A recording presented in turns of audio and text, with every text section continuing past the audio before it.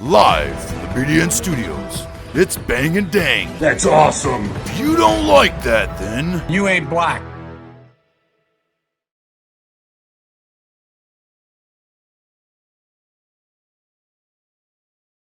Welcome back to Battles of American Civil War. Your host, Bang and Dang, and we're wrapping up these 7 days battles here on this episode with two battles. White Oak Swamp was actually part of Glendale of last week's episode at the same time. But and then we got the big one, well, the end of it, Malvern Hill, where Richmond is finally safe at the moment. For the moment. But Stonewall. I'm telling you, this guy just is not showing out good in these battles of these 7 days battles. Because, luckily this guy recovers, and in these next couple episodes we're going to do kind of, I guess, but he's not doing too well. No. Getting a lot of criticism. Mm-hmm. We'll start out with the Battle of White Oak Swamp, taking place June 30th, 1862, in the same county of Henrico. Most elements of McClellan's army had been able to cross White Oak Swamp Creek by noon on June 30th. About 1/3 of the army had reached the James River, where they want to retreat to, and Lee's like, we can't let them get there. No. But the remainder was still marching between White Oak Swamp and Glendale.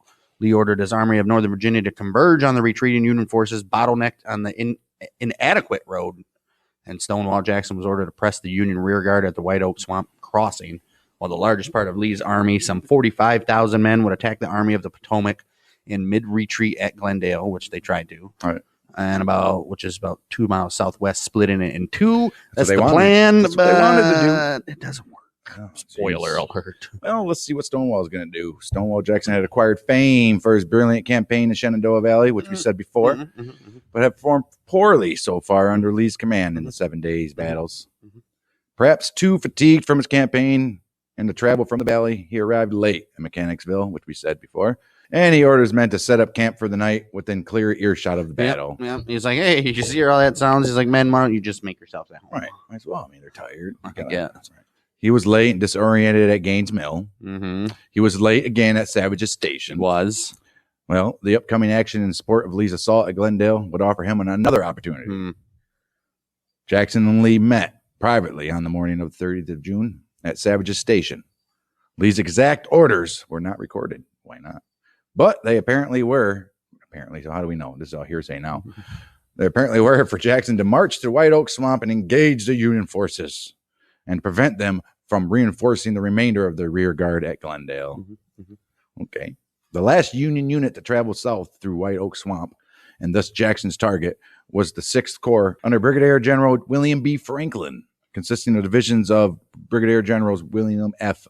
Baldley Smith and Israel B. Richardson. Okay, all right.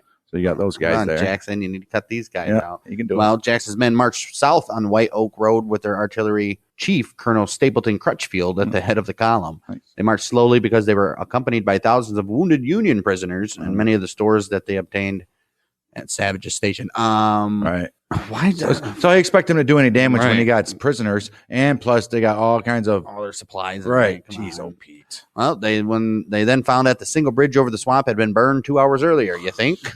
Jackson arrived at, this guy's got a problem with bridges. All right. Jackson arrived at noon and approved Crutchfield's gun emplacement that was designed to fire diagonally from a ridge across the swamp against the Union batteries and infantry positions that they saw about 300 yards away. About 2 p.m. on June 30th, 7 Confederate batteries of 31 guns opened fire, catching the Union troops by surprise and disabling several of their cannons. So they got them by surprise, huh? Fantastic. After ordering his engineers to begin rebuilding the bridge, Jackson directed Colonel Thomas T. Munford's 2nd Virginia Cavalry. He said, cross that swamp and capture some of the Union guns abandoned. And he was like, all right, sweet. We get some guns from the Union, which actually work. As the men and horses waded through the water that was belly deep and fouled with debris, Jackson and Major General D.H. Hill crossed the river to perform a personal reconnaissance. And Union artillery shell exploded only a few feet away from the generals mounted on horseback, although neither was injured. Jackson saw the Union artillery and infantry was reinforcing the position, and that Federal sharpshooters would play havoc with his engineers on the bridge. Of course they would. I would too, right? If I was a sharpshooter, I'd be like, look at those guys. Trying to rebuild that bridge. All right, I'm about to play some havoc on these guys. He realized that this was not a place that he could make an opposed crossing. You think? Well, Munford reported that he found a ford, which was Fisher's Ford, it's all broke down on the side of the road, a quarter-mile downstream that would be suitable for the infantry to cross. Brigadier General Wade Hampton found a closer point at which a simple bridge could be built for infantry. Where are they getting this wood? Right. Jackson ordered him to build a bridge, but took no specific action to cross the swamp, having decided that it was infeasible to attack if he could not cross his artillery. Right. Stupidity. If the artillery, while the artillery duel across the swamp escalated to over 40 guns, and while the battle at Glendale raged less than 3 miles away, Jackson sat beneath a large oak tree and fell asleep for over an hour. Oh, wow. How do you fall asleep with guns and shit? Just in the middle of that. He'll be dead anything. Oh, my. Jackson's inactions. It's an action, Jackson. Jackson's inaction allowed some units to be detached from Franklin's Corps in later afternoon to reinforce the Union troops at Glendale. Well, see? That's exactly what Lee didn't want. Exactly. Jackson did not inform Lee of this situation, and Lee did not send anyone to find Jackson until it was too late. Wow. Too late to make a difference now. Although Jackson's wing of the army and Franklin's Corps comprised tens of thousands of men, the action at White Oak Swamp included no infantry activity and was limited to primarily artillery. Confederates lost 3 artillerymen killed and 12 wounded, but there's no exact record of number of Union casualties. Historian Bry K. Burton estimates as many as 100 Union casualties, with the highest losses in the 5th New Hampshire, which had 5 men killed and 9 wounded. Yeah, caught him by surprise initially, but then the Union was like, not so fast there, buddy. Right. Well, after dinner with his staff that night, Jackson fell asleep again with a biscuit clenched between his teeth. Oh, no. How the hell is this guy so damn tired? What does he do? Oh. Upon awakening, he announced, "Now, gentlemen, let us at bed to once." Wait. He said, "Now, gentlemen, let us at once to bed." So now he's going to go to sleep again and rise with the dawn and see if tomorrow we can do something. Let's see what we try. No promises. Jeez. 2 weeks later, he offered an explanation for his unusually lethargic conduct at the battle. He said, "If General Lee had wanted me, he could have sent for me." Lee never criticized Jackson's performance in the battle. Wow. Edward Porter Alexander, the prominent Confederate artillery commander and post-war historian, lamented about the great lost opportunity at Glendale and White Oak Swamp. He says, "When one thinks of the great chances in General Lee's grasp that one summer afternoon, it is enough to make one cry, to think that our Stonewall Jackson lost them." Right. Yeah, Stonewall, man, dropped the ball big time. Well, I guess he's just waiting for orders. Didn't get them. Well, yeah, got some Z's instead. Yeah. Well, moving on. Battle of Malvern Hill, also known as the Battle of Poindexter's Farm. July 1st, 1862 was the battle. It was the final battle of the 7 days battles, taking place on a 130-foot elevation of land known as Malvern Hill, near the Confederate capital of Richmond. Yeah, man, they're like right there. Just 1 mile from the James River. Including inactive reserves, more than 50,000 soldiers from each side took part, using more than 200 pieces of artillery and 3 warships. Wow. General Lee attacked the Union Army at the Battle of Savage Station on the 29th of June and the battles of Glendale and White Oak Swamp on the 30th. Right. All 3 of these battles inconclusive. I'd say the Union probably made out better than the Confederates in these. Right. After this series of conflicts that inflicted thousands of casualties in both armies, McClellan began to assemble his forces in an imposing natural position atop Malvern Hill.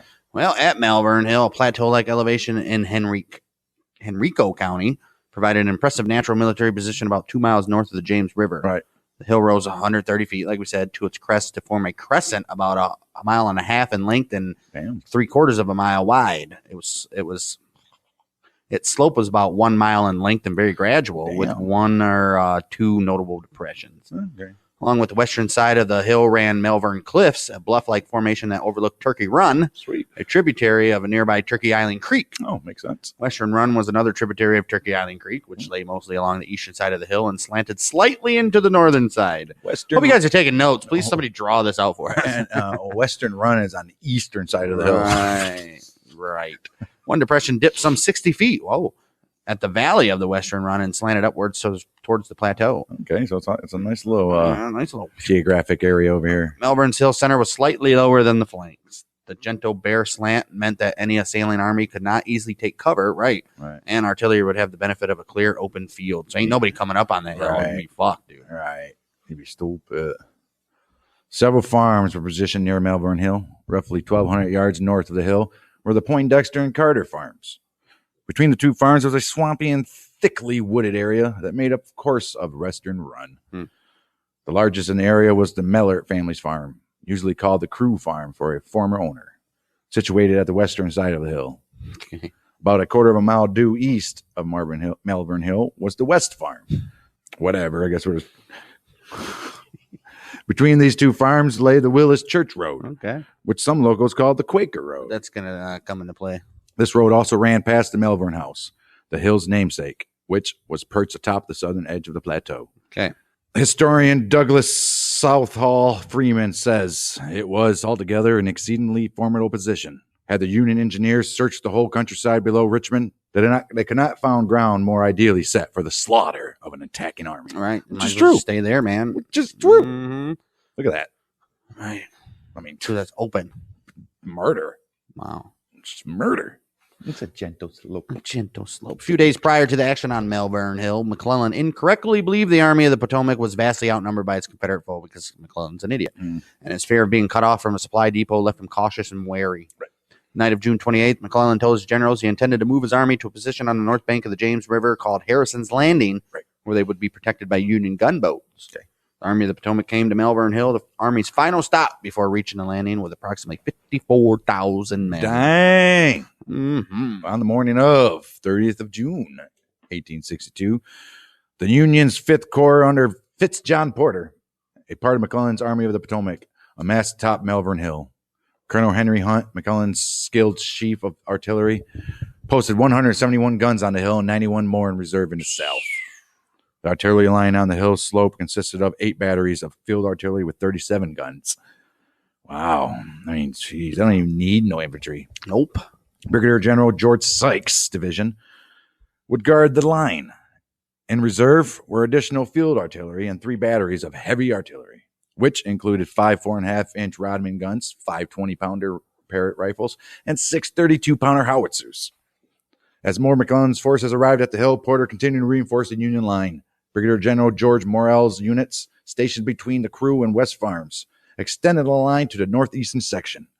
Brigadier General Darius Couch's division of the 4 Corps, as yet unbloodied by the skirmishes of the 7 days, further extended the northeastern lines. These guys are the freshest. Mm-hmm.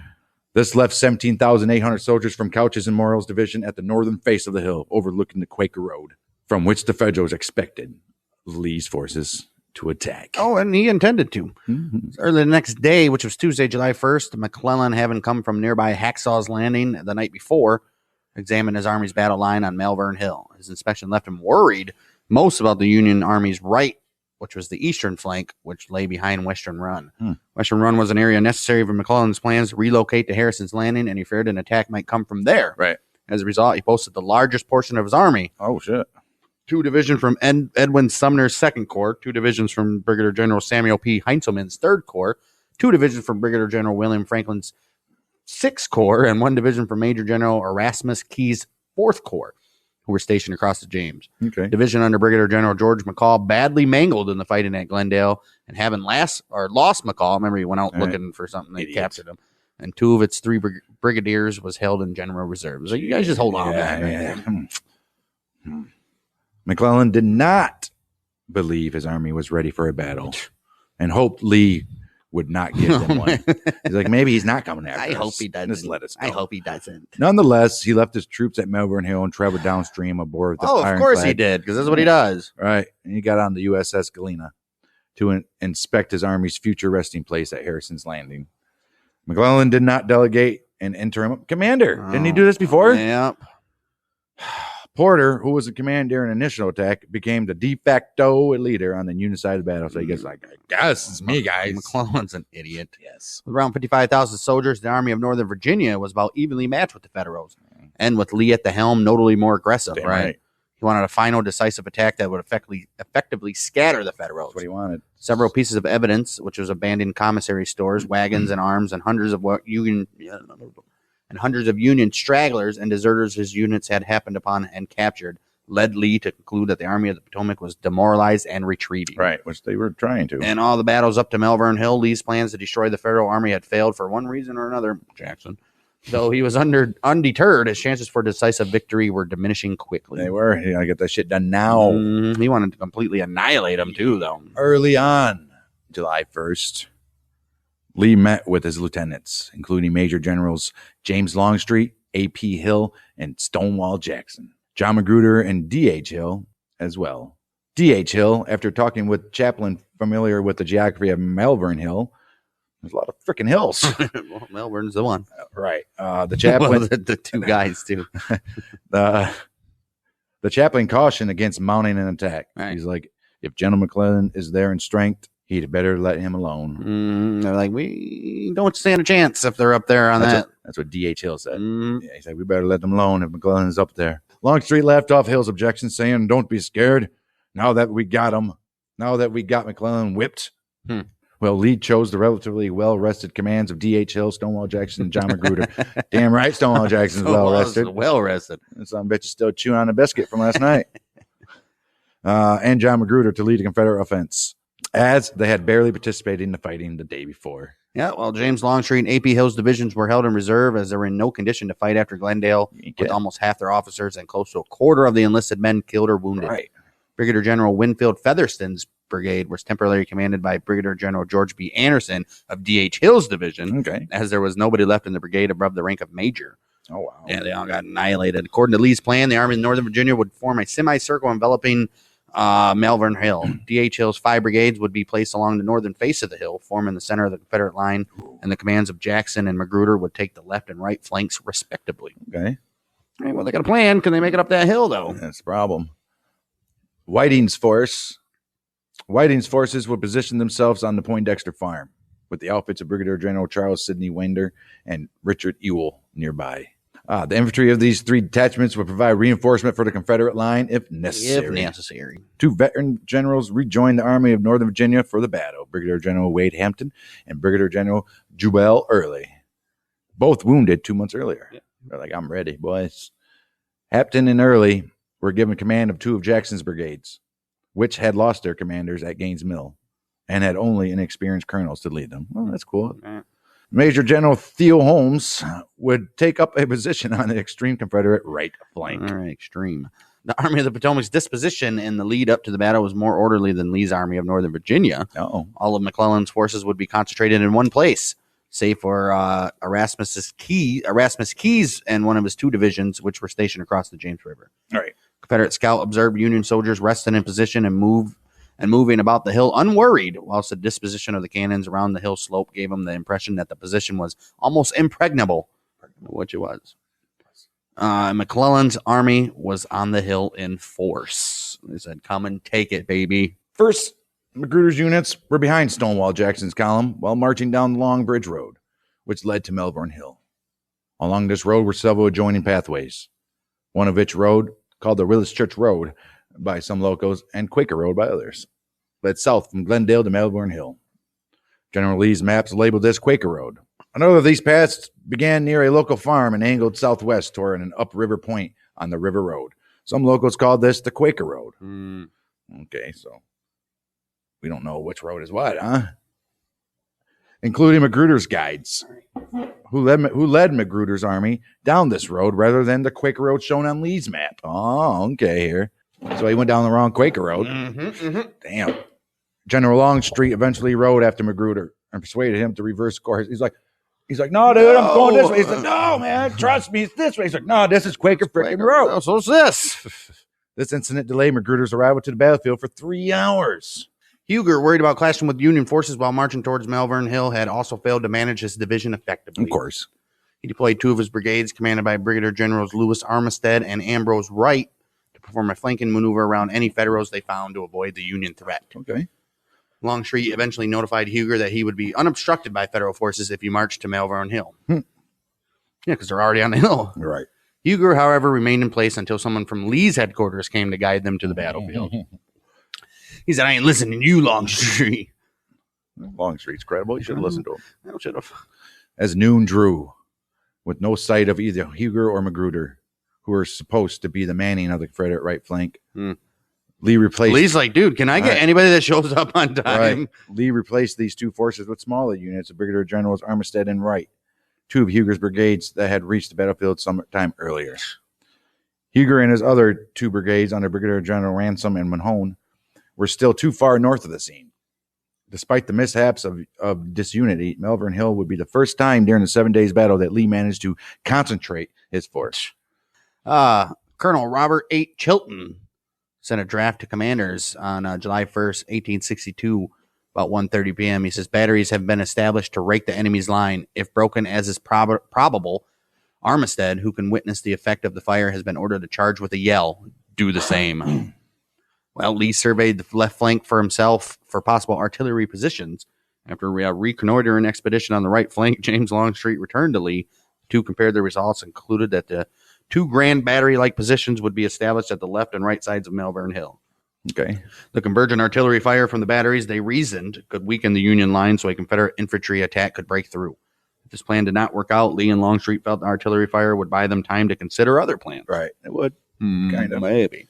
With the battle plan in order, Lee sent a draft to his lieutenants, written by his chief of staff, Colonel Robert Clifton. No, Colonel Robert Chilton. I wonder if the guy from the Chilton automobile books. I thought the same. The orders were not well crafted, however, since they designated the yellow of a single charging brigade as the only signal attack for a full 15 brigades. Oh, geez. The yell. Right. Not yellow. Amid the tumult and clamor of battle, this was bound to create confusion, obviously.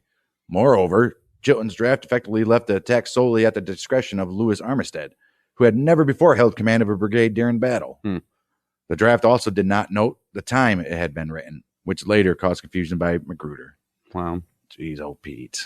Well, beginning 1 p.m., Union artillery fired first, initially upon infantry in the woods, later upon any Confederate artillery that attempted to move into firing position. Right. On Confederate left flank, two batteries from Whiting's division and one from Jackson soon began firing from their position upon Darius Couch's division of the 4th Corps, who were near the center of the Union line. Okay.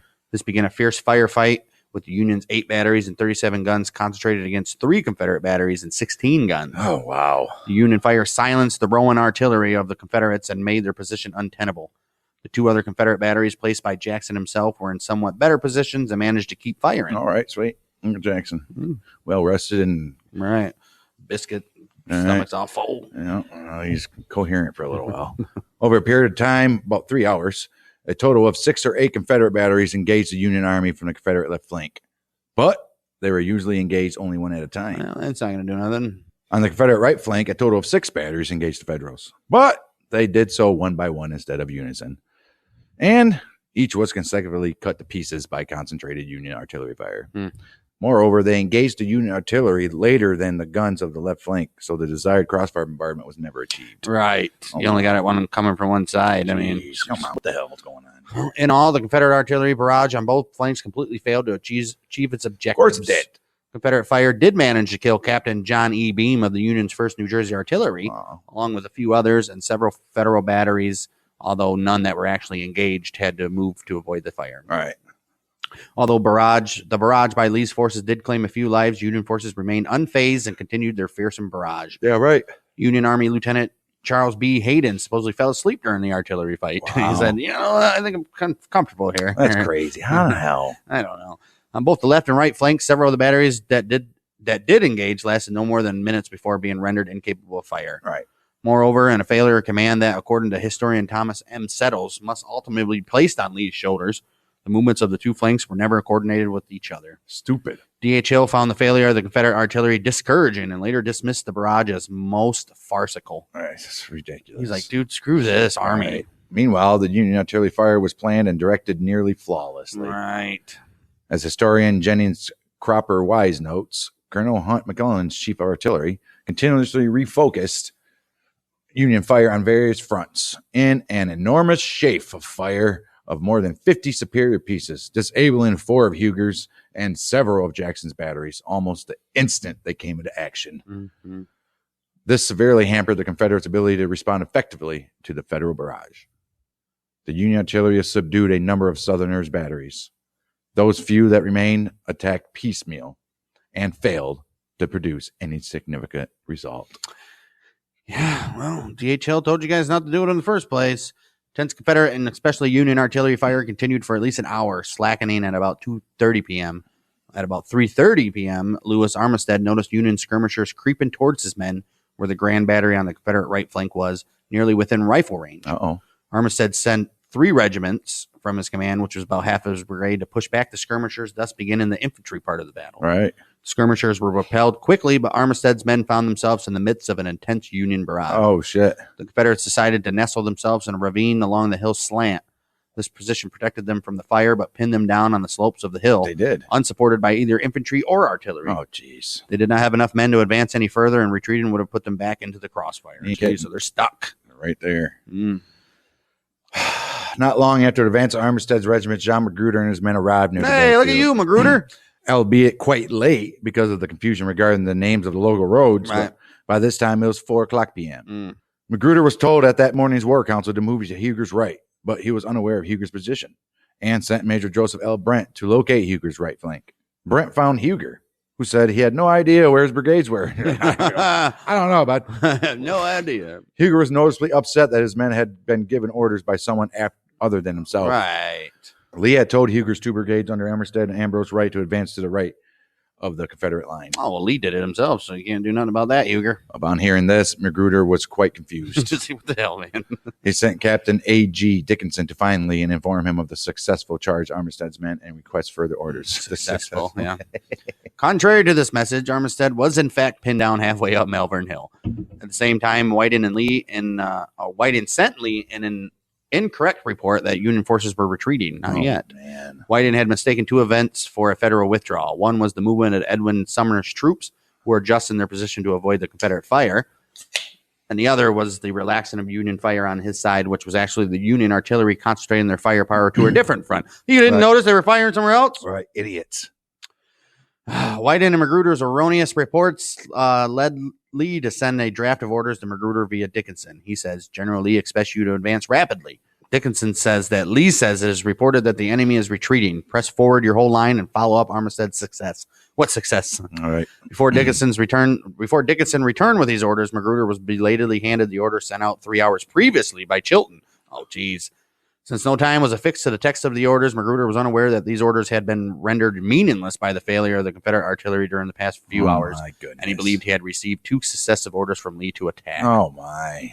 Here we go. Believing himself bound by Lee's order to charge, but with his own brigades not yet in attacking position.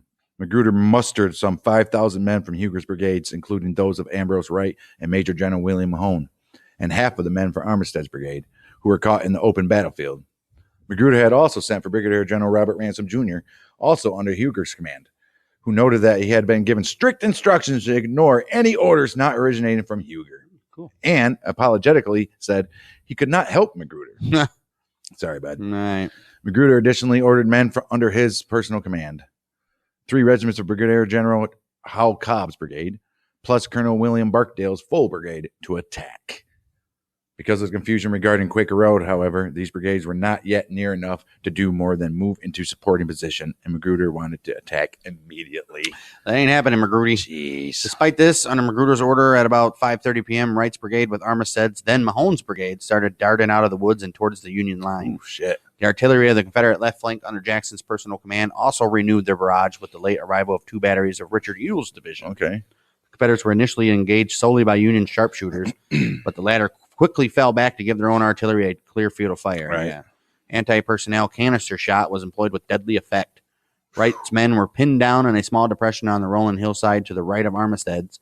Mahone's were driven back into retreat in about the same area. Oh, jeez. At some point during the first wave of assaults, Cobb moved into close supporting position behind Armistead, and Barksdale's men were also supporting the left of Armistead. Jeez, old Pete, man. These guys. What a shit show. Man, the firefight also alerted 3 Union boats on the James River, the ironclad USS Galena and the gunboats USS Jacob Bell and USS Aroostook, which began lobbing missiles 20 inches in length and 8 inches in diameter from the position on James River onto the battlefield. Oh, jeez, OP. The explosions and impacts of the gunboat fire impressed the Confederate troops. Like, all right, man, that's impressive. That's nice. You guys got any more their blue uniforms? But the gun's aim was unreliable, and the large shells did considerably less damage than might have expected. Hey, man, still kind of spooked them a little bit, maybe. Right. D.H. Hill had been discouraged by the failure of the Confederate artillery and asked Stonewall Jackson to supplement Chilton's draft. Jackson's response was that Hill should obey the original orders, charge with a yell after Armistead's brigade. No yell was heard for hours, and Hill's men began building shelters to sleep in. Around 6 p.m., Hill and his 5 brigade commanders had assumed that the lack of a signal meant their army would not attempt any assault that night. Wow. They were conferring together about Chilton's order when they heard yells and the commotion of a charge from their right flank, roughly where Armistead was supposed to be. Hill took the yell as a signal and shouted to his commanders, "That must be the general advance. Bring up your brigades as soon as possible and join in on it." D.H. Hill's 5 brigades with some 8,200 men had to contend with these dense woodlands around the Quaker Road and Western Run, which destroyed any order they may have had. Oh, my. That's so stupid. What the freak is going on here? Men advanced out of the woods towards the Union line in 5 separate uncoordinated attacks, and each brigade charged up the hill alone. Jeez, OP. Wow. William Calder of the 2nd Regiment North Carolina Infantry wrote, "We crossed one fence, went through another piece of woods, then another fence, into an open field on the other side, of which was a long line of Yankees." Wow. He says, "Our men charged gallantly at them. The enemy mowed us down by the 50s. Jeez, oh Pete. Some brigades in Hill's division made it close enough to exchange musket fire and engage in hand-to-hand combat, but these were driven back. The artillery response on the Federal side to Hill's charge was particularly withering, and soon Hill's men needed support just to hold their ground. In Extraordinary Circumstances, The 7 Days Battle, a book by Brian K. Burton, called Hill's charge unnecessary and costly. The successive assaults of Hill's brigades on the well-entrenched Federals were short-lived and achieved a little." Yeah, I bet it did. That's so sad. Preceding attacks by Lee's army had done barely anything to accomplish Confederate objectives, but this did not deter Magruder, who rode back and forth across the battlefield, calling for reinforcements and personally launching unit after unit into a charge of the Union line. Right. Why? It's not working. I know, but shit, you got to do something. At this point, men who had always been under direct control of Magruder's command began to join the battle, and then Magruder first encountered some units of the Brigadier General Robert Toombs, who was a Confederate. With Toombs' brigade widely dispersed, the individual units of Magruder found were not with Toombs himself. Magruder personally led the men in a short-lived charge, followed by a disordered retreat. Jeez. Other units nominally under Toombs' command appeared, charged, and retreated at various times throughout the next few hours with little or no organization. Jeez, OP. The brigades of Colonel George T. Anderson and Colonel William Barksdale emerged from the woods to the right of Toombs, but as they did so, Anderson's men also became separated as the left side outpaced the right. Oh, geez, you got to move in unison, guys. Holy shit. Wow, this created an advance with 2 of Anderson's regiments on the far Confederate left, next to Toombs, Barksdale's men in the middle, and 3 more Anderson regiments on the right, near the remnants of Wright and Mahone. Anderson's right flank charged, but made it no farther than the foot at the hill before breaking and retreating under a hail of gunfire from the artillery. Anderson's left flank never charged. I said, nope.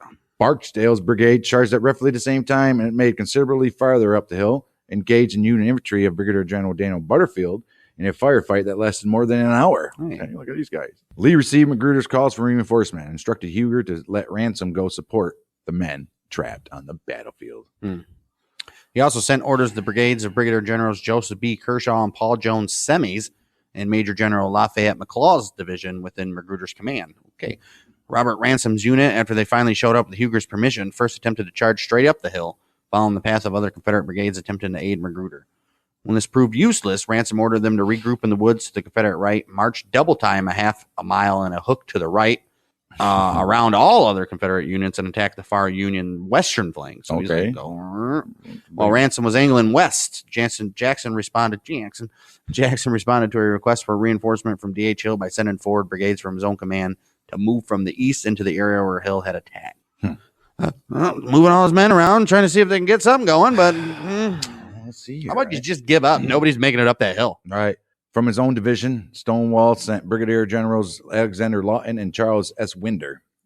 And from Ewell's division, Brigadier General Isaac R. Trimble and Colonels Leroy A. Stafford and Jubal Early. Brigadier General John R. Jones was wounded in the hand, and command of his brigade went to Lieutenant Colonel Richard Cunningham of the 48th Virginia. Hey, Richie Cunningham. Why? Just because he's wounded in the hand? Right. Like he can't command army.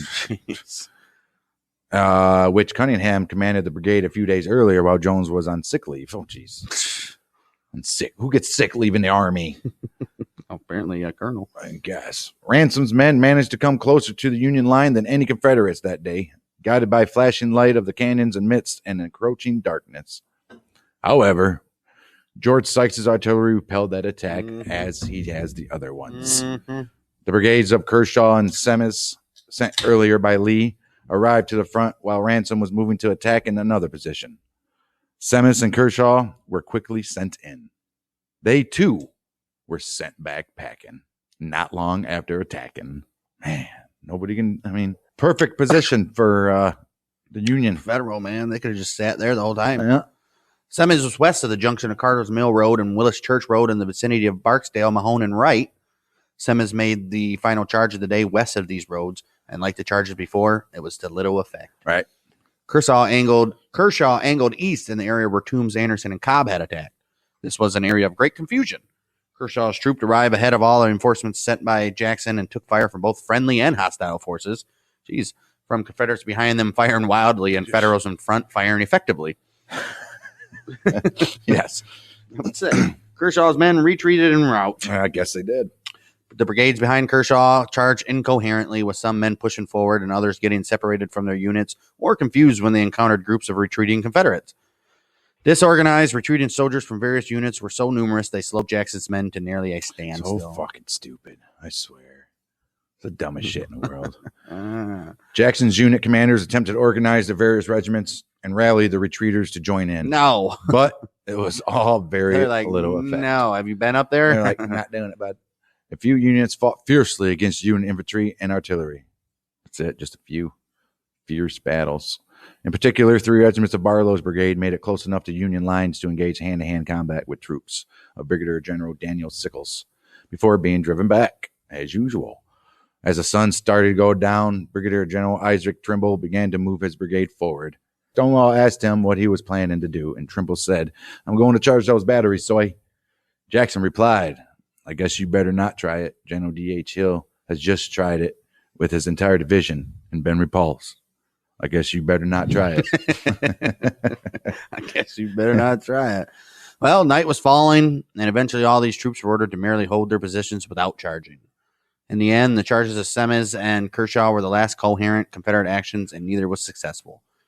Brigadier General Porter summed up the Confederate infantry charges at Malvern Hill this way.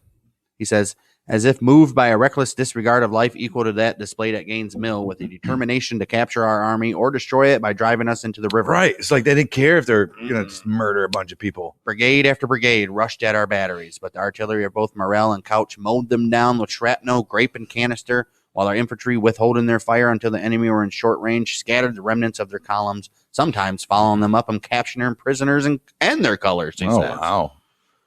With the infantry part of the battle over, Union artillery continued to boom across the hill. They stopped firing about 8:30 p.m., leaving a wreath of smoke upon the crest's edge and ending the action at Malvern. Jeez, O.P.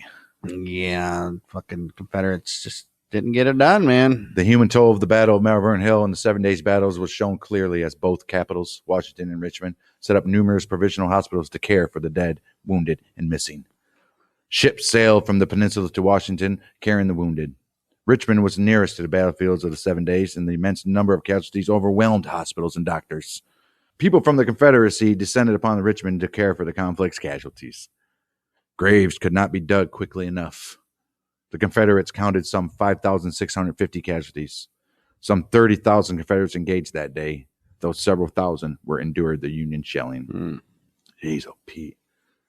Whiting's unit suffered 175 casualties in Malvern Hill, even though they had limited involvement in the assaults. Jeez. They were just shelling everybody, dude. Well, Charles Winder's brigade of just over 1,000 men suffered 104 casualties. That's 10%, and their short involvement in the battle. D.H. Hill spent days removing the wounded, burying the dead, and cleaning up the battlefield with help from Magruder and Huger's units. One of D.H. Hill's brigades lost 41% of its strength at Malvern Hill alone.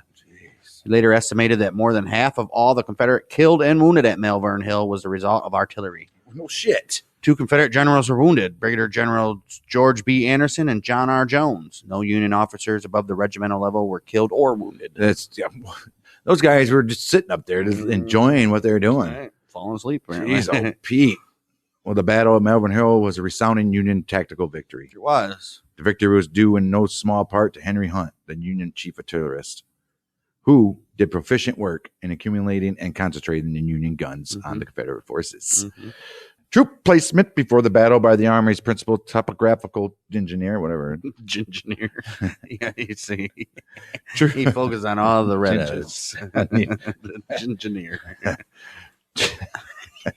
Engineer. Colonel A.A. Humphreys was also carried out capably. Cool. The ground on Malvern Hill was used effectively, and the Union line had depth with a healthy amount of rested troops available to defend. Right. So why don't they just stay there? Fitz John Porter, the de facto commander for the day, Yeah, fuck you, McClellan. played an important role in this. He posted his men well on the 30th of June and stationed reinforcements near the Union line. Darius Couch, whose forces comprised half of the Union center, positioned his reinforcements skillfully, as well as cooperated with George Morrell, whose units formed the other part of the Union middle. I mean, these guys are all in sync. And ready, gelling together. Players, right. they bought into the freaking scheme and ready to roll, baby. Well, the infantrymen performed well also. As Brian K. Burton notes, they stayed behind the guns most of the time and did not advance too far during counter charges. Yeah, they knew how far to go so that the artillery could keep firing while they're doing their business. Right. This behavior allowed the gunners a clear field of fire. Yes. Damn right. Furthermore, if more of anything was needed, infantry or artillery, it was available. At the forefront of the Union victory, however, was the overwhelming firepower of their artillery. Of course. As later accounts by soldiers from both armies repeatedly attested. Number of shortcomings in planning and execution contributed to the debacle suffered by the Confederates. The Confederate brigade leaders performed well, with the exception of a few minor instances. Burton surmises that the blame of July 1st must lie with the overall commanders. Longstreet was overconfident about the artillery strategy, which proved less effective than it could have been, largely because of problems gathering the artillery for the assault. Yeah, whatever. Let's call it out who it really was. Jeez, Pete. The Confederate practice of moving artillery with individual units instead of in one mass in the difficult terrain surrounding Malvern Hill contributed to this issue. A potential solution to this problem lay with Brigadier General William N. Pendleton's 14 batteries in reserve. Yeah, in reserve, Keith. Why don't you bring those up? However, Lee's headquarters never contacted Pendleton, who spent July 1st awaiting events and orders in readiness for whatever service might be called for. Jeez. Those orders never came, and Pendleton's batteries went unused. Wow. Magruder might also share in the blame. His late arrival to the battlefield was That's not his fault. Whoever gave him the stupid map that hasn't the same map as his commander has. It's true. It was caused by bad maps and faulty guides. Since Magruder received Chitlin's draft late in the day, and with no time attached to it, there was no way for him to determine the relevance of the order. Right. Burton suggests that Magruder cannot be reasonably blamed for his attacks on the Union line. He was responding to Lee's order and did initially try to form a unified attack to the Union. Right. He did. He was like, I'm going to try to get something going on here, boys. Well, finally, Magruder was riding back and forth across the battlefield, making it difficult for him to be found by junior officers seeking guidance. Yeah, that's a problem. Yeah. Several other factors may have played into the Confederate repulse, including Theophilus Holmes's refusal to participate in the battle, dismissing any notion of actively engaging. He knew. He was smart. He was like, dude, you see what's going on? They have a wide open range of everything we're doing here. We can't reach out. How do you just refuse? He better not be on the Confederates no more. Right. Kick him out, release him, waiver him, put him on the waiver wire, and see if the unions pick him up or something. Fine him or something. At least part of the Confederate defeat at Malvern Hill has been criticized by historians, though he put rested troops on the field and accepted Longstreet's suggestions, which did not commit him to a charge. Lee himself was not present on the battlefield to observe the fighting. Historian Stephen Sears points out that Lee's ineffective communication with his generals and apparent failure to write his own communications to his brigadier generals, instead leaving orders open to interpretation, may have contributed to the defeat. Of course it did. Lee could have also countermanded Chilton's orders when it became apparent they were fruitless, or verified the success, quote unquote, of Armistead, who was actually trapped down. Consequently, Lee must also share blame in the repeated lack of coordination of attacks throughout the day. You think he is the overall guy? Yes, he should get all the blame. Despite the strength that Malvern Hill has demonstrated in the battle, McClellan felt he needed to continue with this planned withdrawal to Harrison's Landing. Right? To Fitz John Porter's chagrin. He's like, we shouldn't. I was like, dude, did you see what we just did here? We could stay right here, call for more reinforcements or plan out He's something. Like, can you not tell this land is unfreaking attackable, bud? They cannot, from all sides. Unless they bring up another 100,000. And they do it all at once, but we're still taking out thousands of those guys. Porter felt the Army of Potomac should remain atop the hill or perhaps even continue their advance to Richmond. Yes. Stupid. It was only a mile away, dude. McClellan, however, insisted that Confederate troops greatly outnumbered his own, felt he could not protect Harrison's Landing from his current position at Malvern Hill, and feared being cut off from his supply depot. McClellan's mentality prevailed, of course. Well, he's the overall guy. The Union batteries and McClellan's engineers began moving to Harrison's Landing soon after the end of the battle. Starting at about 11 p.m., they're like, we're not even sleeping here, boys. Nope. We're out. Within hours, nearly all of McClellan's Army of the Potomac was marching towards Harrison's Landing. Once the last of these men had crossed the Turkey Island Bridge, you know what they did? They destroyed that sumbitch, and they felled trees over it to stem any pursuit, leaving the James River between the Union and Confederate armies. Mm-hmm. There's our line right there, boys. The areas around the hill hosted much of Lee's army the night after the battle. Right. Some of the Confederates were close enough to hear the sounds made by the Army of the Potomac retreating under cover of darkness and could see the lanterns and Northerners helping their wounded. Oh, of course. The day after the battle, Lee and Stonewall Jackson met President Jefferson Davis at Poindexter Farm. They considered immediately pursuing McClellan, but in view of the rain and confusion, Davis and Lee deemed large-scale pursuit of McClellan's army too risky. Jackson disagreed and said, they have not all got away if we immediately go after them. Right. Jackson even had the bodies of the dead moved, like parted them. So his soldiers had a clear line of attack when pursuing McClellan. However, Davis and Lee thought it necessary to rest. I mean, true, too, though. Right. Well, Jackson's a good example. He should know that. Right. He's like, I'm all rested now, boys. Although Lee and President Davis did not completely rule out a pursuit, Lee ordered G.E.B. Stewart, which is Jeb. J.E.B. Yeah, G.E.B. Get it? I got a G.E.B. Lee ordered Jeb Stewart to reconnoiter McClellan's position for future attacks. Yeah, they were going to. Lee ordered General Holmes to move to Drury's Bluff and decided to keep the men on Malvern Hill through July. So now they have the hill. Right, I would stay there. Right. Well, there's nobody to attack. Right. He goes. He said, "You guys He's go." Like he got on top of the hill. He's like, "This is what it's like." He's like, "Damn, no wonder why." Right. So he sent Holmes's on the hill. No, he decided to keep some men on Malvern Hill to the 3rd of July to forestall any potential Union attack against that. Well, the location. Unions know what's happening. They ain't attacking that hill once you're on it. It's Independence Day, 1862. General Lee's men began marching towards Harrison's Landing. He made his headquarters a few miles north of Evington Heights, a 60-foot elevation approximately 13 miles from Harrison's Landing. Stayed nearby with his army for several days, searching for weaknesses in the Union line at the heights that might fall out for an attack. There was no weaknesses. That's why you think he was going to Harrison's Landing. No weaknesses presented itself, though. And then by the end of the 8th of July, the entire army in Northern Virginia, save for the cavalry stations and the picket forces, was back near Richmond. The Peninsula Campaign was over. It's gone, done, finished, and nobody won. I guess the Confederates won because the Peninsula Campaign was designed to take over Richmond. So right, and well, yeah. Well, despite the defeat on Malvern Hill, the 7 days battles accomplished the original Confederate goal of removing any direct threat to Richmond from the Union Army. They did. The 3 newspapers in Richmond exulted in this strategic victory and lionized Robert E. Lee as a national hero. Wow. They said no captain that ever lived could have planned or executed a better plan, says the Richmond Dispatch. Oh, no. Similarly, Confederate Navy Secretary Stephen Mallory said, the great McClellan, the young Napoleon, now like a whipped cur, lies on the banks of the James River, crouched under his gunboats. Well, he's not wrong about that. Throughout Richmond was the once beleaguered South. There was a triumphant mood, and scant attention was paid to the flaws in Lee's tactics or execution. Yeah. Oh, wow. These guys are getting fed a bunch of baloney. Well, I mean, obviously, the North is doing the same thing. Right, times of war. Except for the North is mostly true. Well, the North is not doing the same thing to McClellan. No.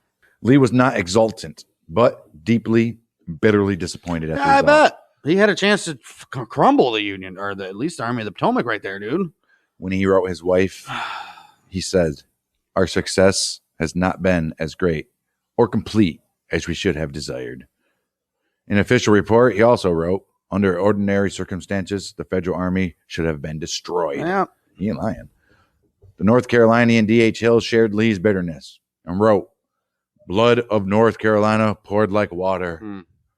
In a post-war article, he also wrote of the battle, was not war, it was murder. Well, that's suicide. Yeah. Lee did not distribute blame for the failure to reach his desired result, but there were repercussions. Several commanders were resigned, including Theophilus Hills Holmes. Yeah, he should have been gone since he refused to participate at all. John Magruder, who actually did what he was supposed to do. He tried. And his army was reorganized into 2 wings under Stonewall Jackson and another under James Longstreet. Wow. I think they should have kept Magruder. All because of Magruder got false maps, dude. Further, Confederate artillery would now be moved into battalion-sized units, which is decent, at the head of Confederate columns, which is actually good. Well, there you go. In McClellan's case, his success on Malvern Hill was overshadowed by his overall defeat in the 7 days battles. Northern public met McClellan's defeat with despondency, and his reputation was tarnished. Some of McClellan's soldiers voiced their continued confidence in him, though. Such opinions were not unanimous. One of McClellan's engineers, Lieutenant William Falwell, wondered why they deify a general whose greatest feat has been a masterly retreat. Wow, that's some harsh words by Falwell. So this dude did nothing good but retreat. All right. Similar opinion was shared by many others in the rank and file of the Union military.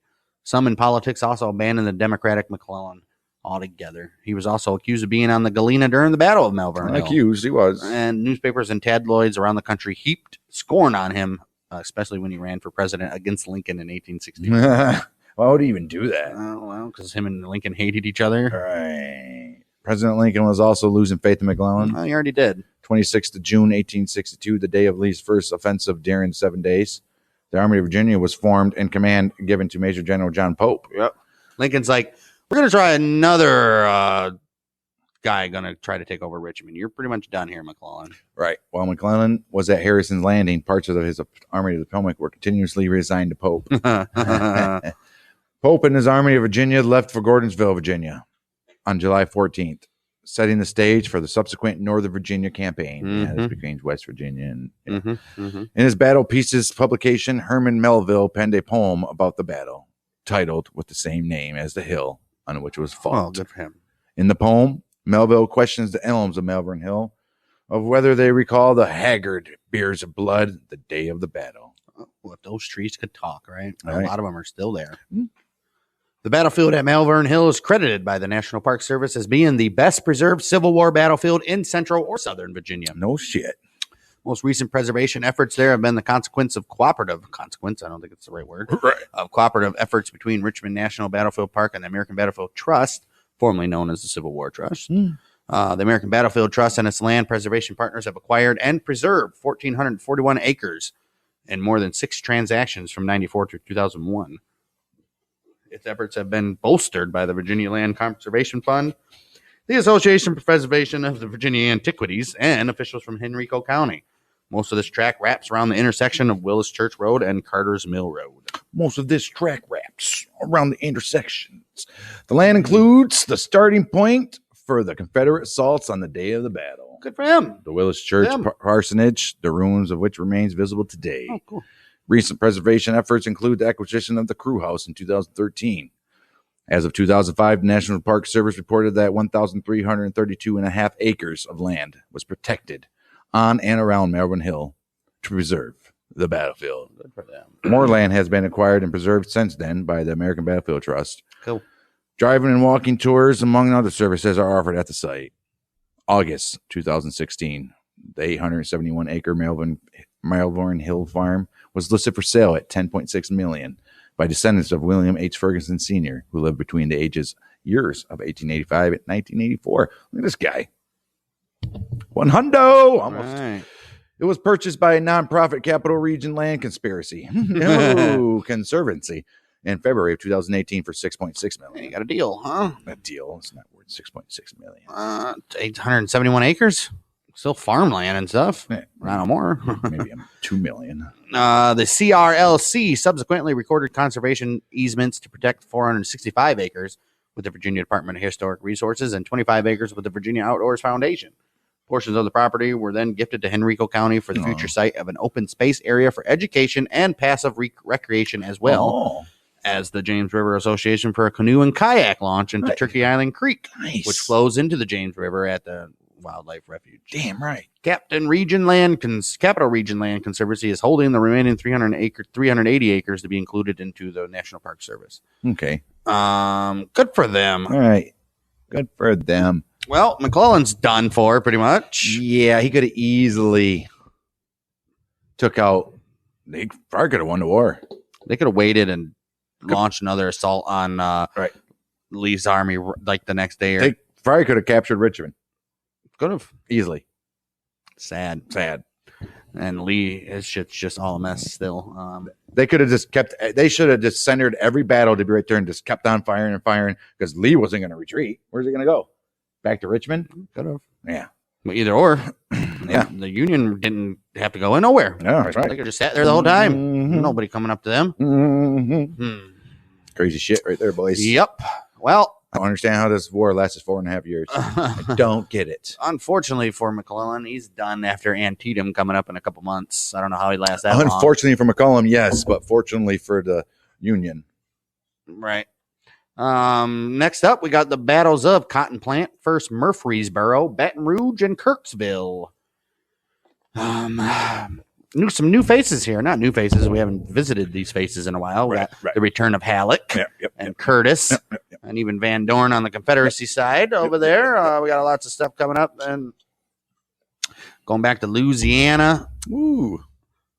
Arkansas for another battle. So we got good stuff coming up.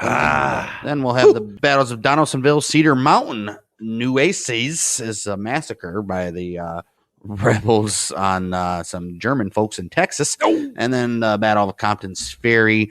And that'll be leading us within like 2 or 3 battles from Second Bow Run. So a couple more episodes and we will have the biggest battle of 1862 for show.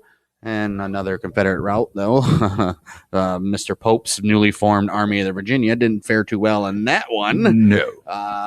Yeah, that's going to be the upcoming next episodes. And go check out Outlaws and Gunslingers, where this week's episode is going to be all about the attempted assassination of Mr. Ronald Reagan, President Ronald Reagan. The Gipper? The Gipper, and by some weird dude, Hinckley, who was obsessed with Jodie Foster. He says, if I can kill Reagan, maybe I'll be a big enough celebrity for Jodie Foster to want to fuck me. Dude's crazy ass people, man. But yeah, we'll have that coming up on Outlaws and Gunslingers, plus our weekly history of sports and a bunch of. It's also that famous speech when a balloon pops and he's like, missed me. Yeah. Right afterwards. Yeah. Missed me. Then he looks down and just bleeding. Shit. Yeah, that's all coming up on Outlaws and Gunslingers. And This Week in Sports Histories, which is on the Bang and Dang Network, where you're finding this show right now. We'll be back for 4 more battles of the Civil War. Things are going to turn a little bit for the Confederates coming up, but not too much. Got a couple small battles, which aren't worth anything. But, hey, man, do them all. We do one, we do them all. We're back next week with Mother Beginners with Bang Dang.